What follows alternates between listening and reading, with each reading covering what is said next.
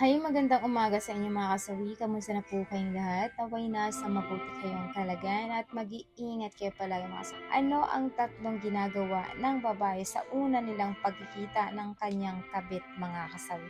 Ang una mga kasawi is nagpapaganda ng gusto. Siyempre ang babae kapag ka napapagkita na ito sa kanyang kabit ay talaga namang tudo paganda ito. Yung bang hindi mo maalis sa salamin, yung bang lahat na lang ng kilos niya ay mapatalikod, mapaharap, mapa-side by side ay talagang titingnan niya kung ano yung itsura niya sa salamin mga kasabi kasi hindi ito napapalagay, kasi hindi niya alam kung ano ba ang itsura niya.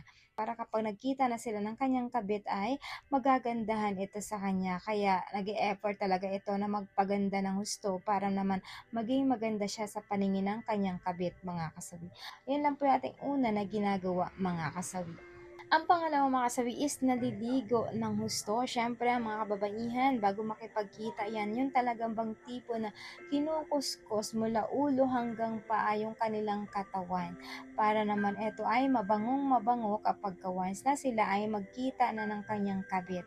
Para naman hindi ito nagiging mabaho at maging komportable ito kapag once na sila ay magkita at magkasama na at magkatabi sila ng kanyang bagong lalaki mga kasawi. Kaya ang ginagawa niya ay nagliligo ito ng mabuti ng mga kasawi ay naliligo ng husto para naman magiging komportable siya sa kanyang unang pagkikita sa kabit niya mga kasawi. Ayan lang po yung ating pangalawa na ginagawa ng babae. Ang pangatlo syempre mga kasawi ay makikipaghana-hana. Ayan. Syempre ang mga kababaihan kapag ka eto ay makipagkita na, yung tipo ba na sobra silang excited, yung tipo bang nangiinit ang kanilang katawan, yung tipo ba na sobrang spark lalo, yung talagang kinikilig sila, yung exciting na hindi nila may papaliwanag sa kanilang sarili, na hindi nila naramdaman na sa kanilang asawa ay dito nila mararamdaman sa unang tagpo ng kanilang kabit mga kasawi. Kaya ang ending kapag ka ito ay nakikipagtagpo, aba, pumapayag ito na makipaghana-hana sa kanilang kabit mga kasawi para naman maibigay nila yung kagustuhan ng kanilang katawan at ang kanilang kabit mga kasawi. Ayan lang po yung ating pangatlo na ginagawa ng babae. At syempre hindi mawawala yung ang advice sa topic na ito. Laging tatandaan sa mga kababaihan na kapag ka nakipagkita kayo sa inyong mga kabit, dapat kayo ay talagang iniisip ninyo kung tama ba ang ginagawa ninyo sa inyong sarili.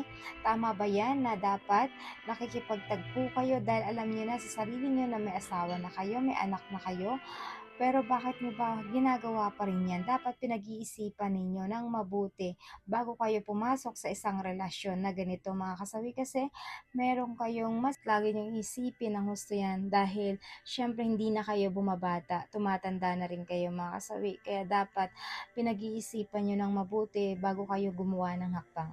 Alam po mga kasawi yung aking advice. Maraming salamat po sa patuloy na pagsuporta niyo sa akin, sa walang sawang pag-share at pag-comment. Sa mga hindi pa po nakapag-subscribe mga kasawi, pwede kayong mag-subscribe, pwede na rin kayo mag-follow para updated kayo sa topic ko araw-araw. Magandang umaga mga kasawi. Mahal kayo ng inyong advisor.